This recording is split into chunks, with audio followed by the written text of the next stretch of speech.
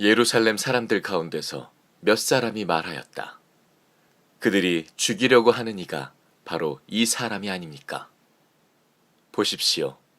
그가 드러내놓고 말하는데도 사람들이 그에게 아무 말도 못합니다. 지도자들은 정말로 이 사람을 그리스도로 알고 있는 것입니까? 우리는 이 사람이 어디에서 왔는지를 알고 있습니다. 그러나 그리스도가 오실 때에는 어디에서 오셨는지 아는 사람이 없을 것입니다. 예수께서 성전에서 가르치실 때에 큰 소리로 말씀하셨다.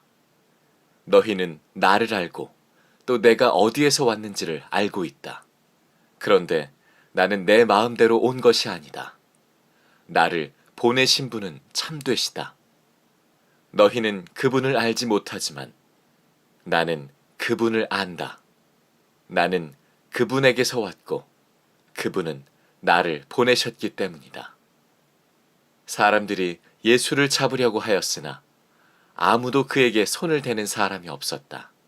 그것은 그의 때가 아직 이르지 않았기 때문이다. 무리 가운데서 많은 사람이 예수를 믿었다. 그들이 말하였다. 그리스도가 오신다고 해도 이분이 하신 것보다 더 많은 표징을 행하시겠는가? 무리가 예수를 두고 이런 말로 수군거리는 것을 바리새파 사람들이 들었다. 그래서 대제사장들과 바리새파 사람들은 예수를 잡으려고 성전 경비병들을 보냈다. 예수께서 그들에게 말씀하셨다. 나는 잠시 동안 너희와 함께 있다가 나를 보내신 분께로 간다. 그러면 너희가 나를 찾아도 만나지 못할 것이요. 내가 있는 곳에 너희가 올 수도 없을 것이다. 유대 사람들이 서로 말하였다.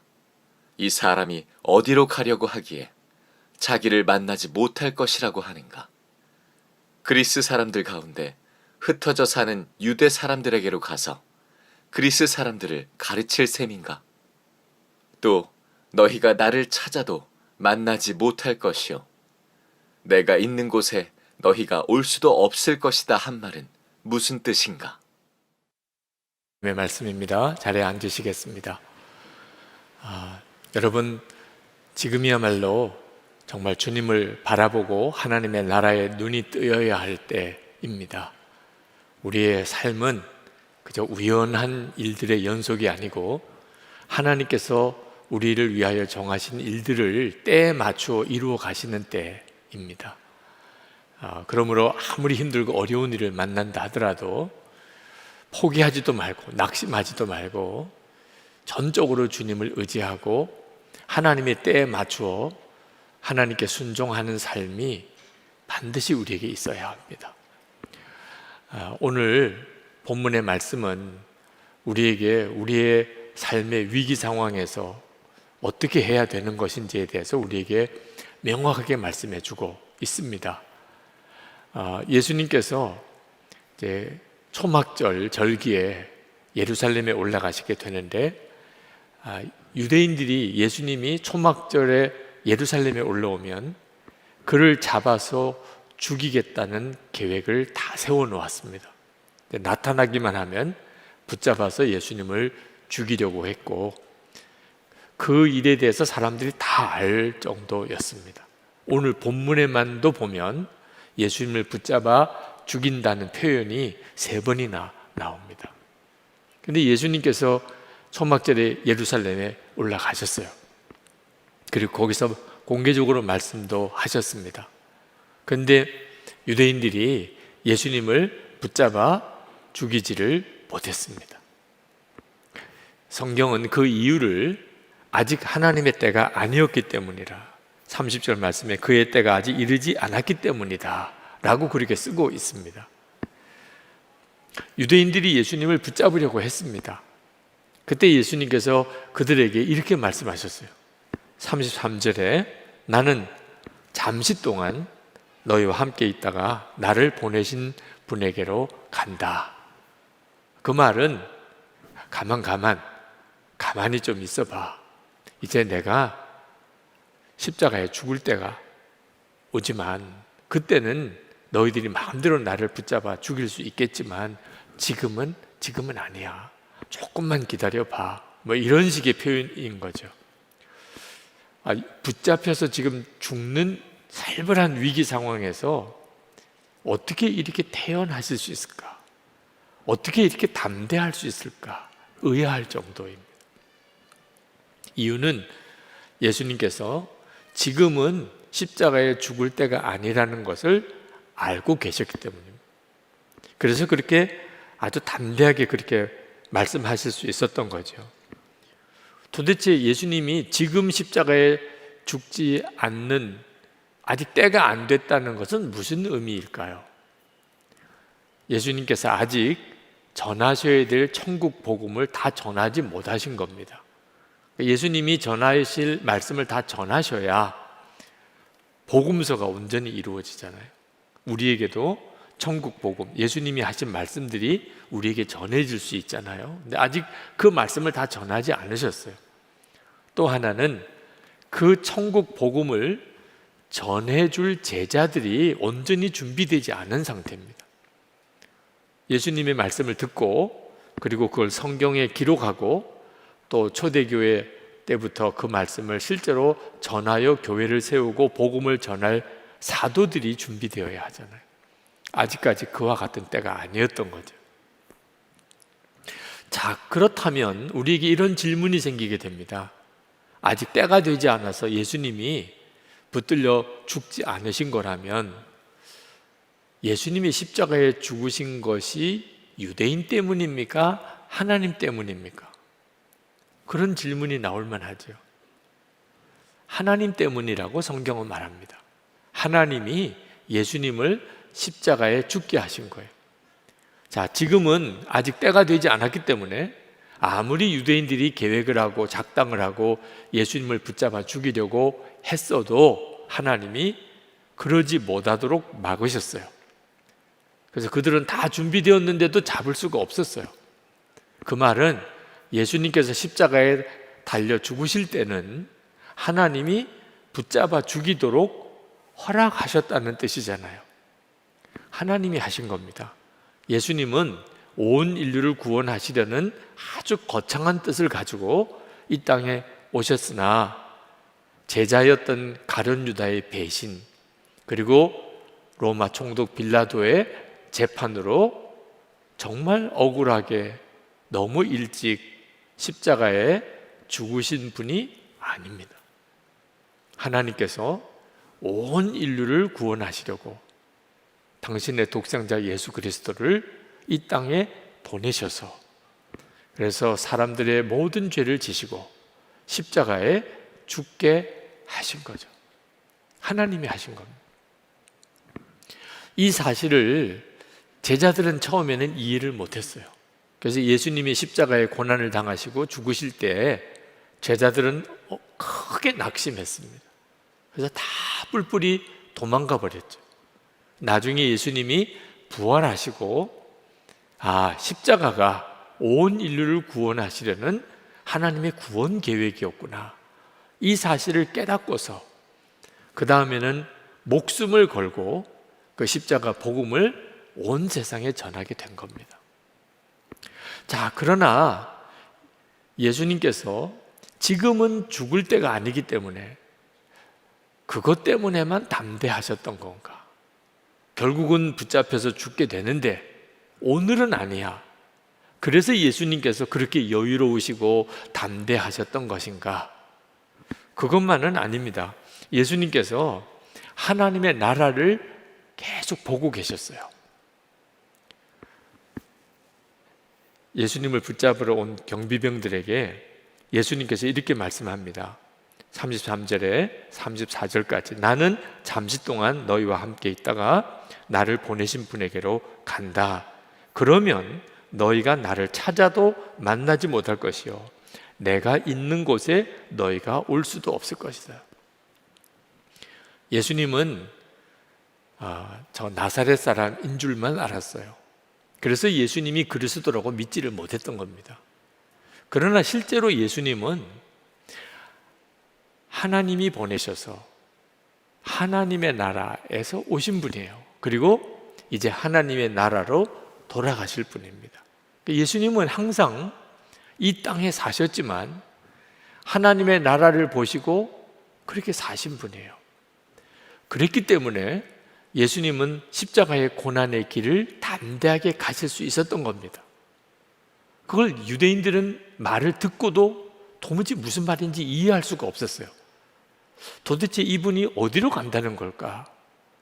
왜 자기가 가는 곳을 우리가 알지 못한다고 하는 걸까? 대단히 혼란스러웠습니다.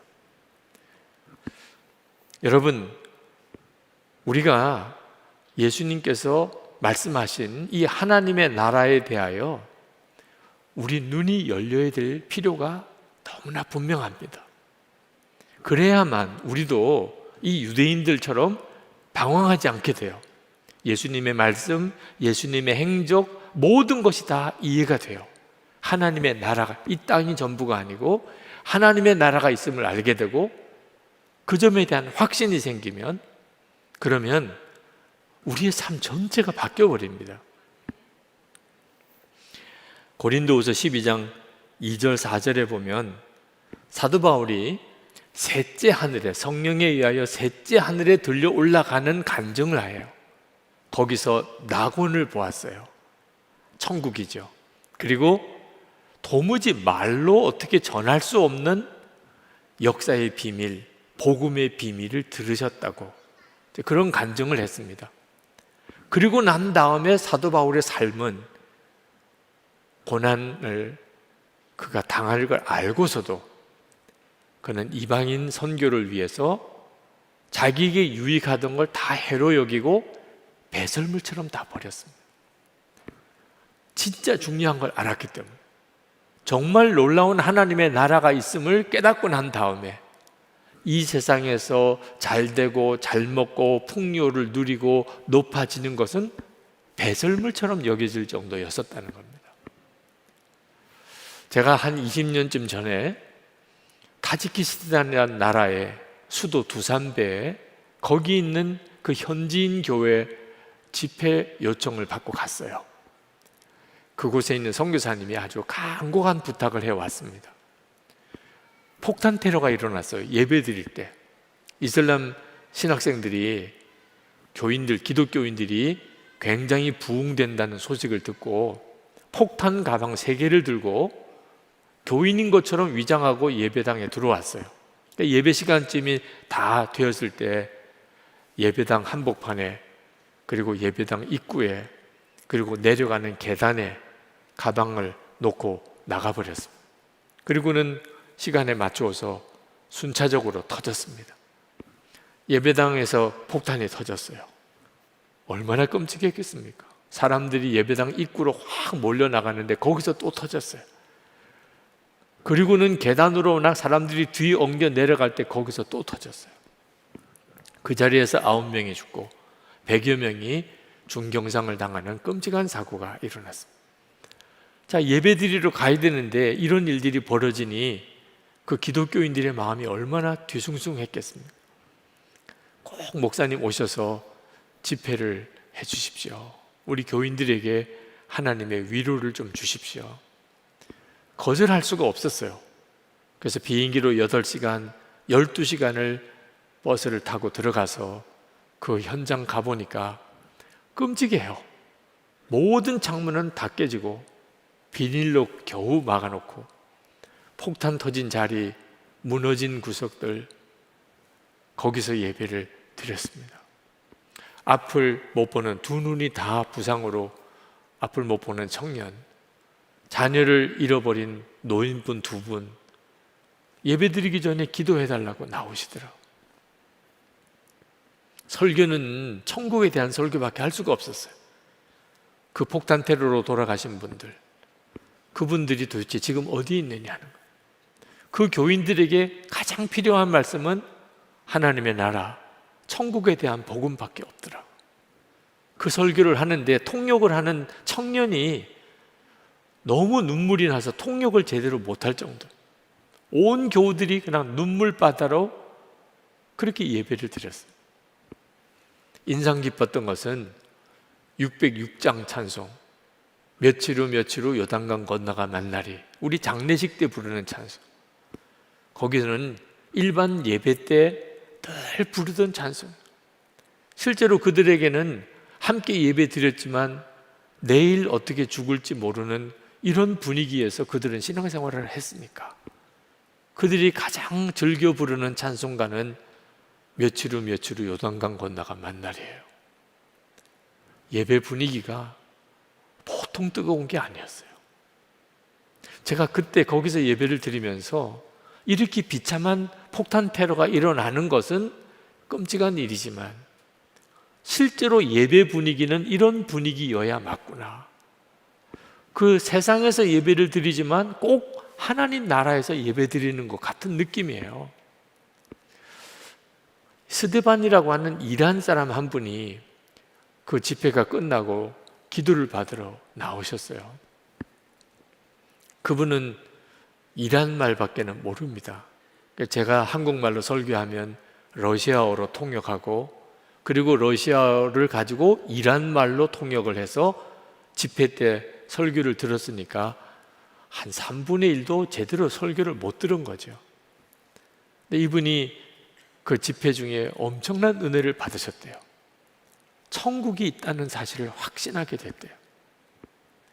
그분은 공산주의자였습니다.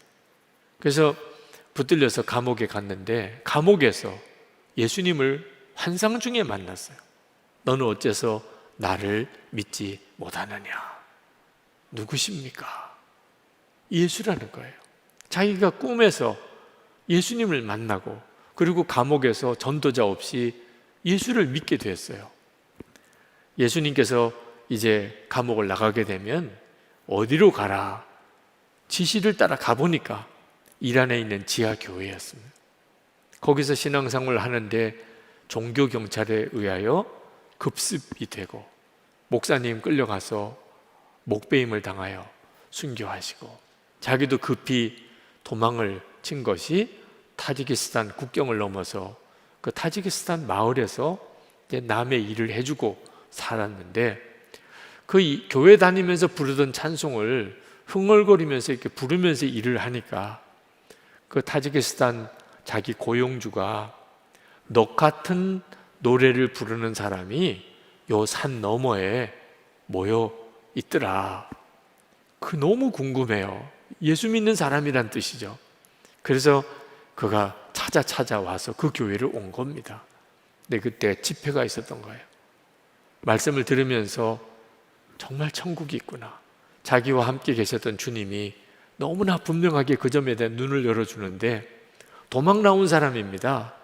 근데 다시 이란으로 들어가겠다는, 순교하신 그 목사님을 대신해서 자기가 교회를 지키고 복음을 전하러 가겠다는, 그러면서 목사님 저에게 안수해달라는, 자기가 주의 종으로 헌신했지만 어디도 자기를 주의 종으로 인정해 주는 데가 없지만 목사님이 안수를 해달라.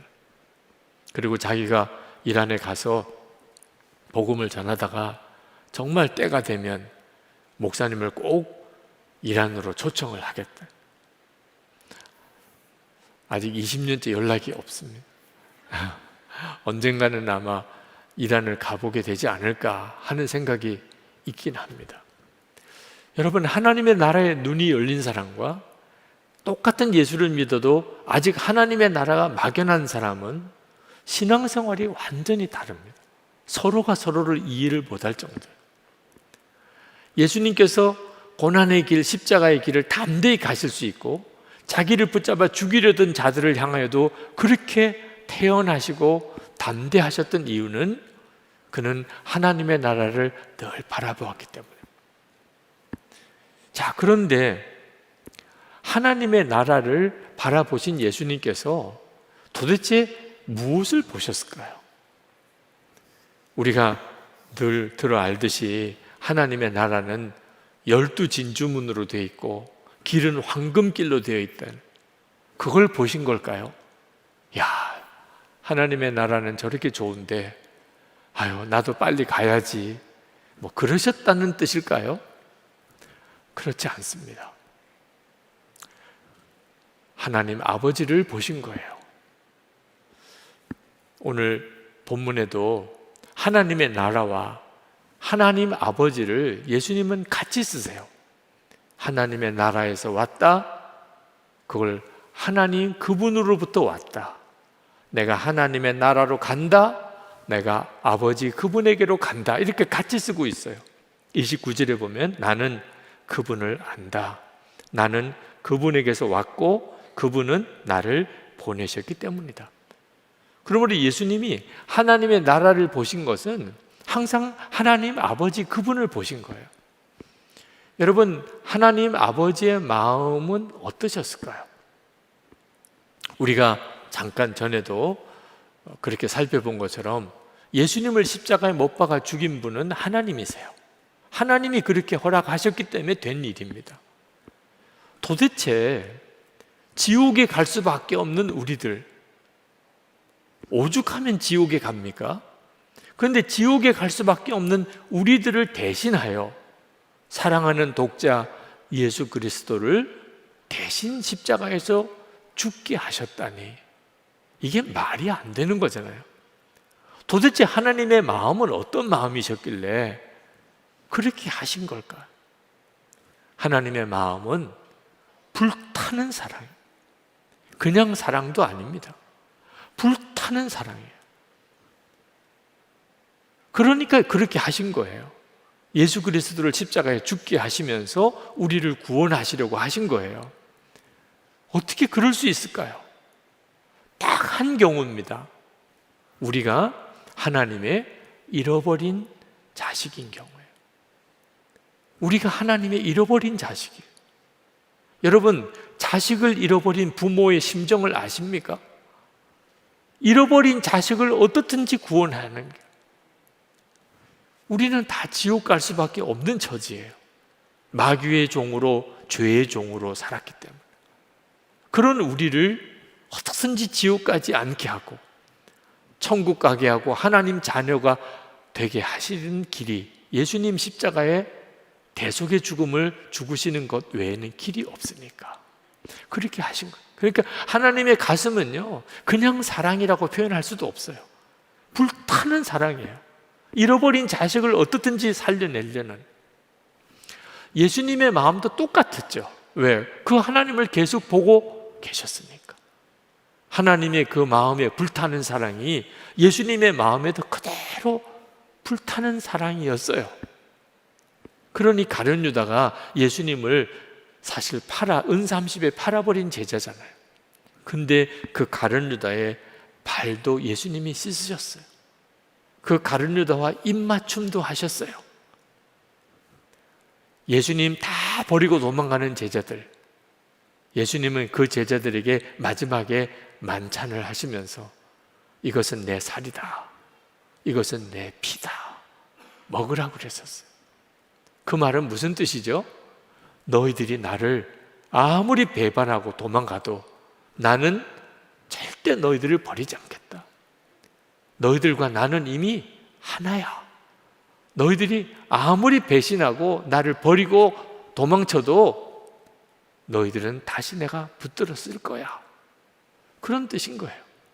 예수님 십자가를 못 박히실 때, 그때 아버지여 저들을 사하여 주옵소서. 자기가 하는 일을 알지 못하나이다. 자기를 십자가에 죽이는 그 사람들을 위하여 대신 용서를 구하는 기도를 드리셨어요. 보통 사랑으로는 그렇게 못합니다. 예수님의 마음도 정말 불타는 사랑, 죄인을 향한 불타는 사랑. 그 말은 무슨 뜻이죠? 지금 저나 여러분을 향한 하나님의 사랑도 불타는 사랑이에요. 그냥 사랑 아닙니다. 여러분 중에는 나는 하나님과 원수로 살았다, 자신이 알지요. 자기가 어떻게 살았는지 자기가 알잖아요. 나는 하나님의 원수였어. 그런 생각하시는 분이 혹시 이 자리에 계시다면 여러분에게도 마찬가지입니다. 여러분을 향한 하나님의 마음은 불타는 사랑이에요. 왜? 여러분이 하나님의 잃어버린 자식이니까. 물론 그런 사람들 중에 대부분은 지금 이 자리에 오지도 않고 이 설교를 듣지도 않을 거예요. 그렇지만 그들을 향한 하나님의 마음은 변하지 않아요. 왜? 잃어버린 자식으로 보고 있기 때문에. 여러분, 지금 우리 심령 속에 하나님의 그 불타는 사랑이 우리 가운데 부딪혀야 돼요. 저는 이 설교를 준비하면서 하나님 앞에 정말 간절히 기도했어요. 30분 정도밖에 안 되는 짧은 이 설교 시간이지만 예배를 드리시는 분, 이 설교를 듣는 분의 마음의 심령에 정말 원수도 배신자도 사랑하시는 하나님의 그 불타는 사랑이 가슴에 부딪히게 해 주시옵소서. 말씀이 심령 속에 확 사로잡도록 하나님이 나를 사랑하시는구나, 나도 사랑하시는구나, 독생자를 주시기까지 사랑하시는구나, 이 말씀이 마음에 부딪히고 믿어지고 누려지게 해 주십시오.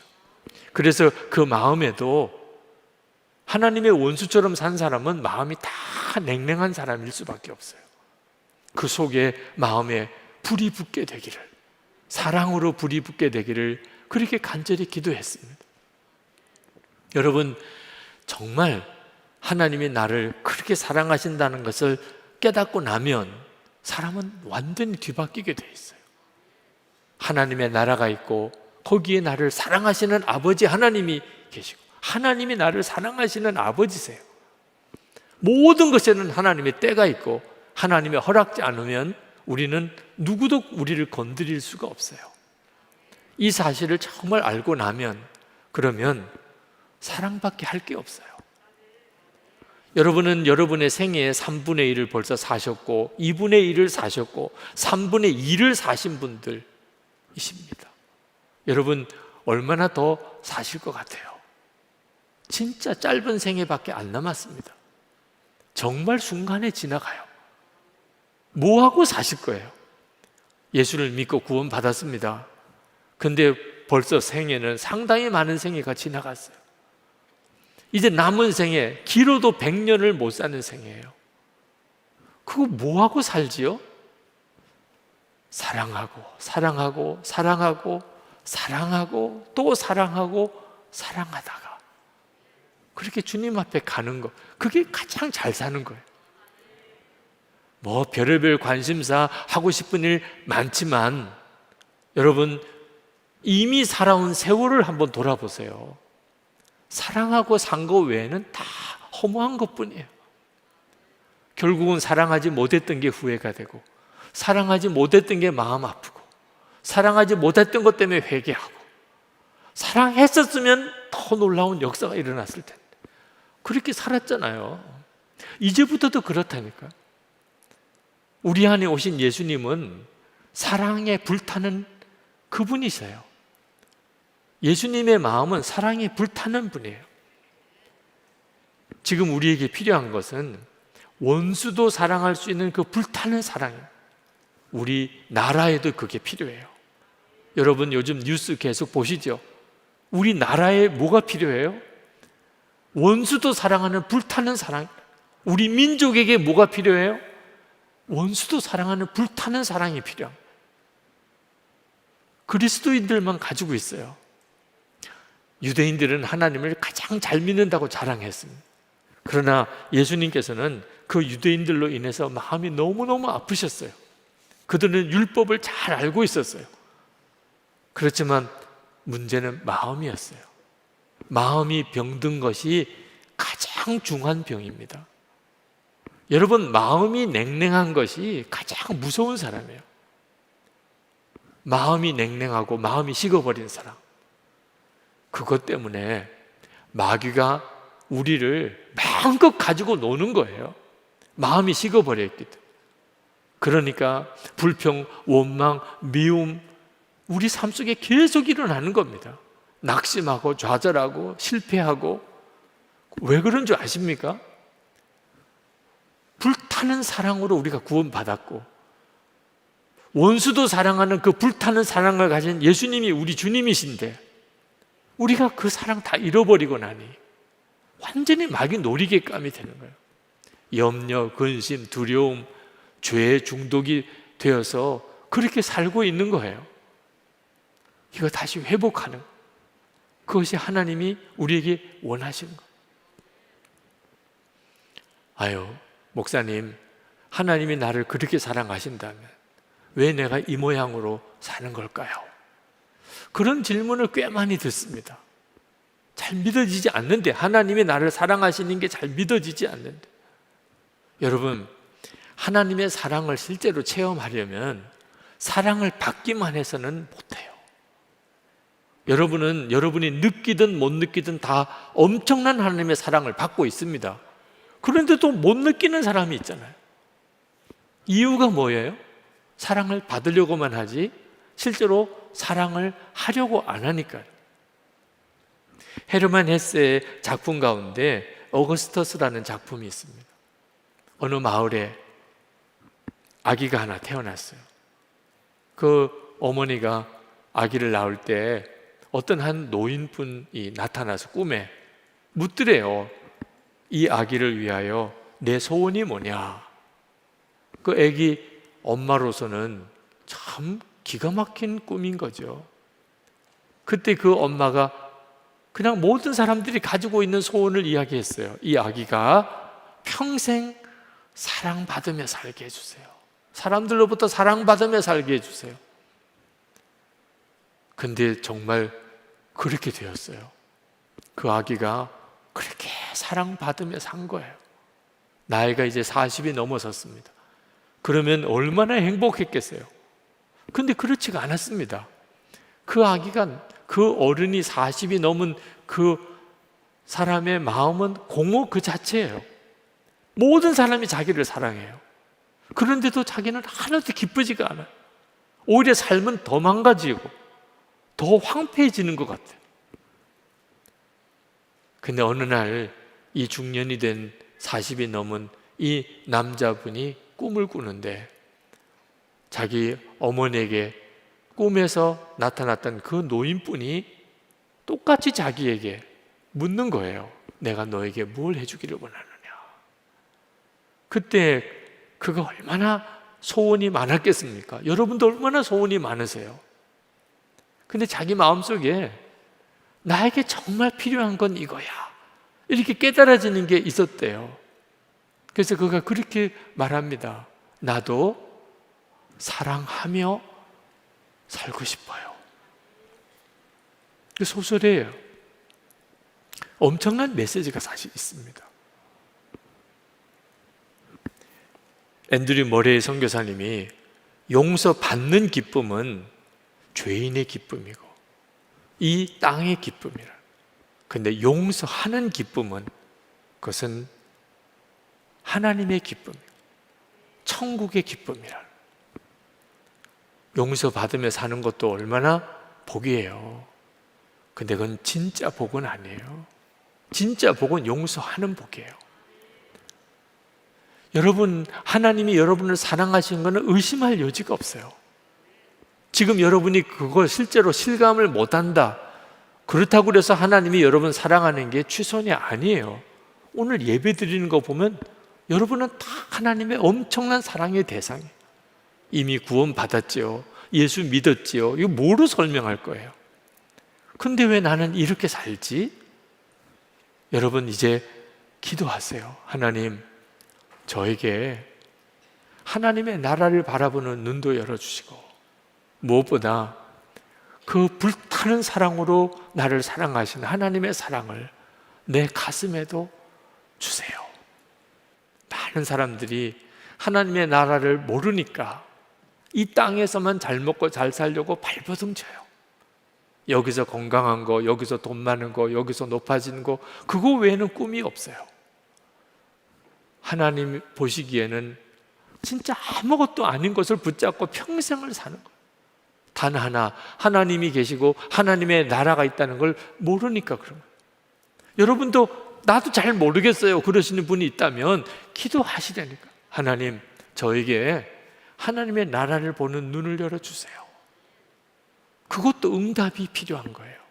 하나님의 나라가 믿어지는, 눈이 열리는 것. 그리고 또 기도하셔야 돼요. 그저 하나님의 나라가 있다는 것만 알면 그냥 빨리 죽고만 싶어. 빨리 죽고만. 이 힘들고 어려운 세상, 아유 빨리 데려가요, 이 기도밖에 안 나와요. 그건 진정한 의미에서 하나님의 나라에 눈이 뜨인 사람이 아니에요. 하나님, 그냥 사랑하고 살게 해주세요.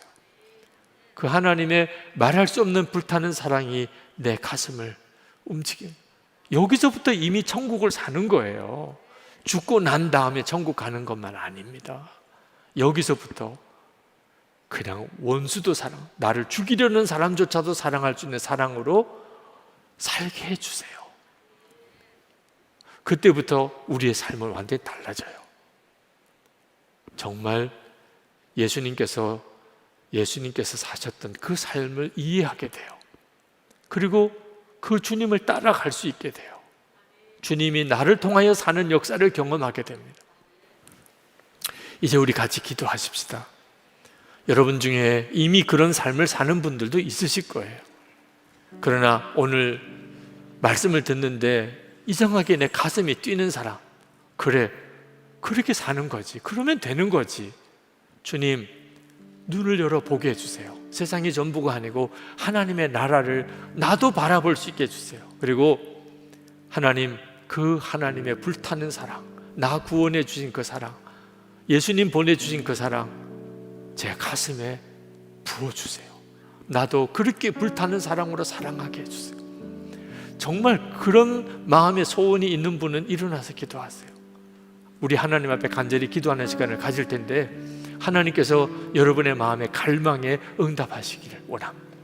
오늘 이 설교를 들으시는 분 있는 그 자리에서 일어나서 여러분들 기도할 수 있으면 하세요. 분위기 때문에 도무지 그럴 수 있는 상황이 아니면 가슴에 손을 얹으세요. 하나님, 저에게 하나님의 나라 눈 열어주세요. 모든 것에는 하나님의 때가 있음을 진짜 믿고 담대하게 해주세요. 그리고 제게 무엇보다 하나님의 불타는 사랑으로 나를 사로잡아 주옵소서. 통성으로 기도하겠습니다.